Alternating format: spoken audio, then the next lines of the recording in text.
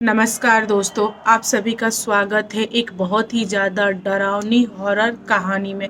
आज की कहानी एकदम से डिफरेंट है। आप लोग उम्मीद भी नहीं कर सकते कि इस तरह की भूतिया घटना भी घट सकती है।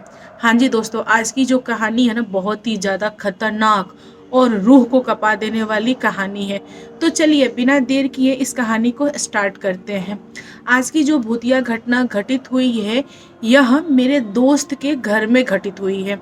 मेरा जो दोस्त है वह रहने वाला है बिहार, पटना का, और उसका जो मामा का घर है वह गया में है। दोस्तों, जून की बात है और सारे स्कूल वगैरह बंद हो जाते हैं। जून में 1 महीने की छुट्टी मिलती है स्कूल का। तो इसमें बच्चे क्या करते हैं कि बहुत ज़्यादा खुश हो जाते हैं, क्योंकि उनको अपने मामा के घर जाना होता है छुट्टियों में। तो मेरा दोस्त भी बहुत ज़्यादा खुश था, और उसकी जो एज है ना, करीबन 15 साल के आसपास की थी। और उसकी एक छोटी बहन थी, उससे छोटी थी, जो कि 10-12 साल की लड़की थी। वो भी बहुत ही ज़्यादा एक्साइटेड थी मामा घर जाने के लिए। और इन लोगों ने जैसे ही छुट्टी हुआ, ट्रेन का टिकट लिया और ये लोग पहुंच गए गया में। गया में एक छोटा सा गांव है, वहां पर मेरे दोस्त के मामा का घर था। ये लोग गए, छुट्टियां एंजॉय कर रहे थे, और उस समय ना शादी वगैरह का माहौल था। गांव में ना नई नई दुल्हन आती थी, और ये लोग भी बहुत ही ज़्यादा खुश थे, बारात वगैरह में जाते ही थे। तो इनकी यहाँ इनकी जो नानी थी, उन्होंने बच्चों को बुला के मना किया था कि देखो बेटा, गांव से कहीं से भी बायन आए तो तुम लोग सबसे पहले मत खाना। बायन का मतलब होता है कि कुछ मिठाइयाँ, फल जो कि आते हैं दूसरों के घर से। सपोज मेरे सामने वाले घर में शादी हुआ है, और जो दुल्हन है वह बहुत सारे फल और मिठाई लेके आई है, तो वह कुछ फल और मिठाई हमारे यहाँ आएगा, उसको बोलते हैं बायन। ये भोजपुरी वर्ड है। मेरे दोस्त के मामा के घर पे बायन आया था, तो उनकी नानी ने मना किया था कि बेटा तुम लोग बायन मत खाना, तुम लोग खाना, खाने पे कोई रोक नहीं है, बट खाने से पहले थोड़ा सा कुत्तों को खिला देना, या फिर किसी बुजुर्ग इंसान को खिला देना, उसके बाद खाना। तो सारे बच्चों ने सर डुला दिया कि हाँ ठीक है, ऐसा ही करेंगे। जो मेरे दोस्त की बहन थी, उसने भी यह सब कुछ सुन लिया, और उसने भी सर डुलाया, बोला कि ठीक है नानी, मैं आगे से ऐसा ही करूंगी। और सारे लोग अपने अपने काम में लग गए। फिर 2-3 दिन बीता, गांव में किसी के यहाँ शादी थी, और किसी के घर से बायन आया। बायन में ना बड़े बड़े लड्डू थे, गाजा था, और भी तरह की मिठाइयाँ थी। तो घर में कोई था नहीं, तो जो बायन लेके आया उसने इस छोटी सी लड़की के हाथ में दे दिया, और बोला कि बेटा तुम्हारे यहाँ मतलब गार्जियन बड़े लोग आ जाए तो उनको बता देना कि बायन उनके घर से आया है। तो लड़की बोली कि ठीक है। लड़की ने ले लिया और रख लिया। उसको ना लालच आ रहा था, मतलब वो लड्डू देख के उसका मन था लड्डू खाने का। लेकिन यह वेट कर रही थी कि नानी आए, मामा आए, या फिर मम्मी आए, तो उन लोगों से मैं पूछ के खा लूँगी। लेकिन कोई आया नहीं, शायद सारे लोग कहीं ना कहीं होंगे। बच्ची जो थी ना, वो घर पे अकेली ही थी, और अड़ोस पड़ोस के बच्चों के साथ खेल रही थी। फिर उस लड़की ने दिमाग लगाया कि कुत्ता को थोड़ा सा लड्डू में से मैं दे देती हूँ, ताकि वो खा लेगा, फिर मैं खा लूँगी। तो एक कुत्ता था, उसको ना उस लड़की ने इतना लड्डू तोड़ के दिया खाने के लिए कि तू खा ले भाई, तू जूठा कर ले, फिर मैं खाऊंगी। जो कुत्ता था उसने सूंघा लड्डू को, बट उसने खाया नहीं। तो यहाँ पे जो लड़की थी ना, इससे इंतजार नहीं हुआ, कि कुछ छोटी थी, बच्ची थी, इसका मूड हो गया खाने का। तो इसने ना लड्डू एक उठाया और खाना स्टार्ट कर दिया, और बाकी जितने भी फल फ्रूट वगैरह थे ना, उसको वैसे ही डलिया में रख दिया, और यह खेलने लगी। इसको कुछ भी फील नहीं हुआ। धीरे धीरे मेरे दोस्त की और उसकी बहन की छुट्टियां खत्म हो गई, और ये लोग पटना चले आए। पटना आने के बाद से वह छोटी वाली लड़की को ऐसा फील हुआ कि मुझे चक्कर आ रहा है, कोई मुझे धक्का दे रहा है, कोई मुझे पकड़ रहा है, कोई मुझे नोच रहा है। वह लगी चिल्लाने और अपनी माँ को बोलने की, मम्मी देखो ना, किसी ने मुझे नोच लिया। तो उसकी माँ को ऐसा लगा कि यह लड़ाई करके आई है, छोटे बच्चों के साथ खेली है, तो किसी ने मार दिया होगा, इसलिए दाग है। मम्मी ने विश्वास नहीं किया, और लड़की बार बार बोल रही थी कि मम्मी मुझे किसी ने नहीं नोचा है, यह अपने आप हो रहा है, अपने आप कहीं भी कट जा रहा है, कहीं भी कुछ हो रहा है। लेकिन लड़की की माँ ने बात को माना नहीं, बचपना समझ के छोड़ दिया। धीरे धीरे यह प्रॉब्लम बढ़ने लगी। लड़की के पूरे बॉडी पे निशान आने लगे। जो लड़की थी छोटी वाली सबिता, उसको फीवर आ गया। फीवर इतना भयानक आ गया कि वह अपनी आंखें नहीं खोल रही थी। फिर घर वालों ने पट्टी वट्टी दिया, डॉक्टर को बुलाया गया। डॉक्टर ने भी देखा, डॉक्टर ने मेडिसिन दिया, इंजेक्शन लगाया, फिर भी कोई असर नहीं। लड़की जो थी ना, एकदम बेचैन थी। उसका जो बॉडी था ना, एकदम अपने से ऐसे मुड़ रहा था। घर वाले ने उसको जबरदस्ती पकड़ा और पकड़ के चारपाई पे लटाया। लेकिन लड़की जो थी किसी के भी कंट्रोल में नहीं आ रही थी, बड़े बड़े लोगों को भी ना ऐसे थका दे रही थी वो। बहुत सारे लोगों ने मिलके उसको पकड़ा हुआ था, लोगों ने उसको बांध दिया, क्योंकि बांधने के सिवा कोई ऑप्शन था ही नहीं। छोटी सी बच्ची कि अंदर इतना ताकत कैसे आया, किसी को भी कुछ भी समझ में नहीं आया। घर वाले अलग से परेशान, वे लोग डॉक्टर पे डॉक्टर चेंज कर रहे थे, लेकिन उन लोगों को ये समझ नहीं आ रहा था कि बेटी के साथ बहुत बड़ा हादसा हो गया है। उन लोगों को लग रहा था कि बीमारी है, ऐसा प्रॉब्लम है तो इसलिए ऐसा हो रहा है। लोगों ने धीरे धीरे उसको पागल समझना स्टार्ट कर दिया। उन लोगों को लगा कि इसकी जो दिमाग है ना वह खराब हो गया है, इसकी मानसिक स्थिति ठीक नहीं है। अड़ोस पड़ोस वाला ने बोलना स्टार्ट कर दिया कि सविता को तुम लोग घर में रखो, उसको बाहर निकलने मत दो। अगर मेरे बच्चों को कुछ हुआ, मेरे बच्चों को मार दिया तो हमारा और आपका बनेगा नहीं। अड़ोस पड़ोस वाले धमकाने लगे, और घर वाले परेशान तो थे ही, क्योंकि घर की वह इकलौती लड़की थी, बहुत ही ज़्यादा लाडली थी, सबकी लाडली थी। और जो सविता का नेचर था ना बहुत ही ज़्यादा चंचल वाला था, वो एकदम शांत हो गई। तो भाई सबको खलेगा कि आखिर ऐसा हुआ तो हुआ क्यों। मेरा जो दोस्त है उसकी मामा के घर से फोन आया हालचाल के लिए। तो मेरे दोस्त की माँ रोती हुई अपनी माँ को, यानी मेरे दोस्त की नानी को बोली कि देखो ना ऐसा ऐसा हो गया, मेरी बेटी बीमार हो गई है, जब से गांव से आई है और ऐसी ऐसी हरकतें कर रही है, हमको नहीं समझ में आ रहा है कि कैसे ये ठीक होगी। माँ तुम कुछ बताओ।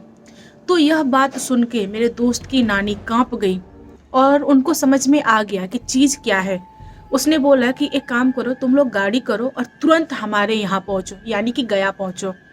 तो इन लोगों ने बोला क्यों माँ बताओ, तो यहाँ पे बड़े बड़े डॉक्टर है पटना में, ये लोग ठीक नहीं कर पाएंगे, तो वहाँ पे मामूली झोरा छाप डॉक्टर से कैसे ठीक होगा। फिर मेरे दोस्त की नानी ने बोला कि बेटा तुम सोचो मत, तुम बस उसको ला दो गाड़ी पे और लेके आओ, मेरे पास इलाज है। तो इन लोगों ने वैसे ही किया जैसे कि मेरे दोस्त की नानी ने बोला। सारे लोग पहुंच गए गया के छोटे से गांव में, और वहां पर नानी ने पहले से तांत्रिक पंडित सबको बुला के रखा हुआ था, क्योंकि नानी को आभास हो गया था कि सीन क्या है। फिर तांत्रिक ने उस छोटी सी बच्ची को देखा और उसके अंदर से चीजें उगलवाना स्टार्ट कर दिया। वहां का जो सीन था ना, घर वाले देख के डर गए, दोनों तरफ के लोग डर गए। एक छोटी सी बच्ची जो कि 10-12 साल की है ऐसे ऐसे कांड कर रही है कि मतलब कोई सोच ही नहीं सकता कि ऐसा भी हो सकता है। वह छोटी सी बच्ची बेड से कूद गई, पूरा का पूरा बेड लेके खड़ी हो गई। मतलब उसके साथ बहुत ही बुरा हो रहा था। प्लस उसने हाथ में बंधा हुआ सारा चीज तोड़ दिया, और पूरे बाल वाल खोल के, पूरा बाल बिखेर के लगे डांस करने। समझो कि उसके ऊपर माता आ गई हो, इस टाइप की हरकतें करने लगी, और चिल्ला चिल्ला के खून मांगना स्टार्ट कर दी। तब तांत्रिक ने बोला कि हम तुमको सब कुछ देंगे, बस तुम बताओ कि तुम यहाँ पे आई क्यों, क्या रीजन है यहाँ आने का। तो वह लड़की कुछ बोल ही नहीं रही है। उसके ऊपर एक बहुत ही भारी पिचास आ गया था, और जो पिचास था वह अपनी मर्जी से नहीं आया था, उसको किसी ने इसके ऊपर भेज दिया था।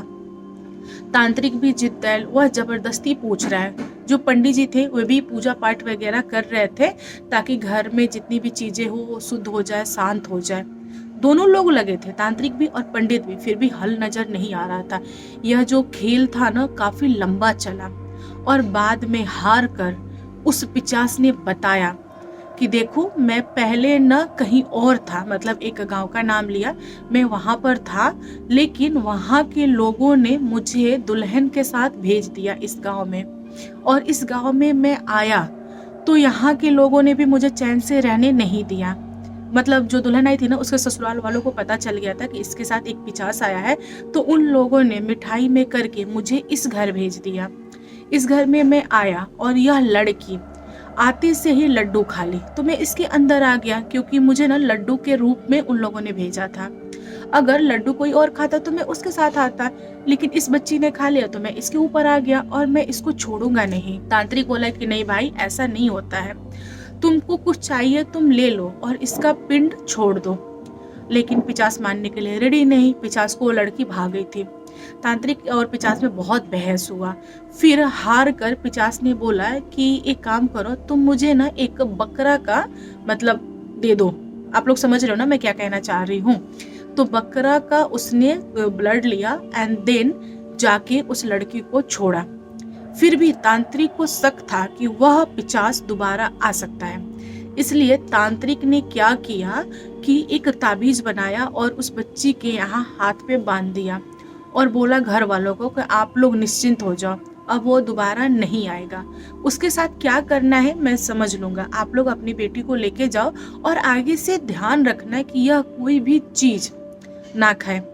अगर इसको देना भी हो तो पहले आप लोग खा के देना, क्योंकि एक बार इसके साथ कांड हो चुका है। इसकी जो शरीर है ना वो बहुत ही ज़्यादा हल्की है, मतलब कोई भी आत्मा इसके ऊपर अटैक कर सकता है, क्योंकि इसका जो ब्लड है ना वो किसी न किसी आत्मा के मुंह लग गया है, तो बाकी आत्मा भी इसको परेशान कर सकते हैं। मैंने ताबीज़ वगैरह बांध दिया है, ये ठीक रहेगी और धीरे धीरे ये सब कुछ भूल जाएगी। अभी बहुत ही कम एज में हुआ है ना, आगे चल के सब सही हो जाएगा। फिर मेरा दोस्त, उसके पापा, उसके चाचा और मेरे दोस्त की मम्मी, उसकी बहन, सारे लोग उसी गाड़ी पे फिर पैक हुए और पटना आ गए। और उन लोगों ने बोला कि आज के बाद से गया मेरी बेटी नहीं जाएगी। मेरा दोस्त जाता है मामा के घर पे, बट वो लड़की नहीं जाती, क्योंकि उसके अंदर ना डर बैठ गया है। 11-12 साल के बच्चों को थोड़ा बहुत तो याद रहता ही है कि मतलब क्या हुआ है। और उसके बॉडी पे ना आज भी रैसेस बने हुए हैं, निशान है। मतलब सोचो, हाल फिलहाल में उस आत्मा ने इतना कर दिया कि उस बच्ची के बॉडी पे आज भी निशान है। मेरा दोस्त जब ये बातें बता रहा था ना, मेरे रोंगटे खड़े हो गए थे। सच में बहुत ही ज़्यादा खतरनाक है। उस पिशाच ने ना लड़की के साथ बहुत बुरा किया। लड़की के साथ ना उसका ऐसा हाथ फंसा लेता था, मतलब दोनों हाथ एक में, कि कोई भी उस हाथ को छुड़ा नहीं पाता था। वो उसका दांत लग जाता था, ऐसा दांत लगता था कि कोई भी उस दांत को तोड़ नहीं पाता था। इन लोगों ने बहुत सारे जगहों पे दिखाया था, मतलब डॉक्टर से मिलाया, छोटे मोटे तांत्रिक से भी दिखाया, बट कोई हल नहीं हुआ। हल कहाँ हुआ कि उसके मामा के घर जाके हुआ, क्योंकि आत्मा जो था ना, जो पिशाच था, उसके मामा के घर से ही था, इसलिए। और गांव के जितने भी बुजुर्ग होते हैं, मेरी दादी नानी, वो लोग मुझे भी बोलते थे कि बेटा गांव में कुछ भी आए ना तुम खाना नहीं, तुम सबसे पहले मुझे खिलाना, नहीं तो कुत्तों वगैरह को खिलाना। अगर कुत्ता नहीं खा रहा है, कुत्ता सूंघ के छोड़ दे रहा है, इसका मतलब कि उसके अंदर कुछ है, तो तुम मत खाना। जो बुजुर्ग लोग होते हैं ना, वे लोग खाते हैं इसलिए कि अगर मेरे बॉडी पे भी कोई चीज़ आ जाए ना, ऊपरी हवा, पिचास, आत्मा या डायन ने कुछ करके दिया है, तो मैं दुनिया छोड़ दूंगा, चलेगा। बट छोटे छोटे बच्चे तो नहीं जा सकते ना, क्योंकि उनसे खानदान आगे बढ़ेगा। लोग ऐसा मानते थे पहले और आज भी लोग मानते हैं। गांव में जितनी भी मिठाइयाँ आती हैं, मैंने आज तक सबसे पहले नहीं खाई। या तो मेरी दादी खाएंगी, कुत्ता खाएगा, कोई जानवर खाएगा, या फिर नानी खाएंगी, मतलब बुजुर्ग लोग ही खाते हैं। अगर दादी नानी वगैरह नहीं है तो मम्मी पापा खा के हमें देते हैं, मतलब जूठा करके देते हैं, कि ताकि जितनी भी बलाई हो ना, बलाइयाँ वटेवर, वो मेरे ऊपर आ जाए। तो ऐसा सिस्टम बना हुआ है। तो आप लोग बताओ, क्या आप लोग इस बात से सहमत हो, मतलब खाना चाहिए कि नहीं खाना चाहिए, ये सच है या झूठ है? एक्चुअली मैं भूत प्रेत वगैरह को मानती हूँ। आप लोग अपनी राय कमेंट करके बताइएगा। वीडियो पसंद आए तो लाइक एंड शेयर कीजिएगा, और मेरे चैनल पे न्यू न्यू आए हो तो चैनल को सब्सक्राइब करना। Thank you, bye bye, खामसामिदा।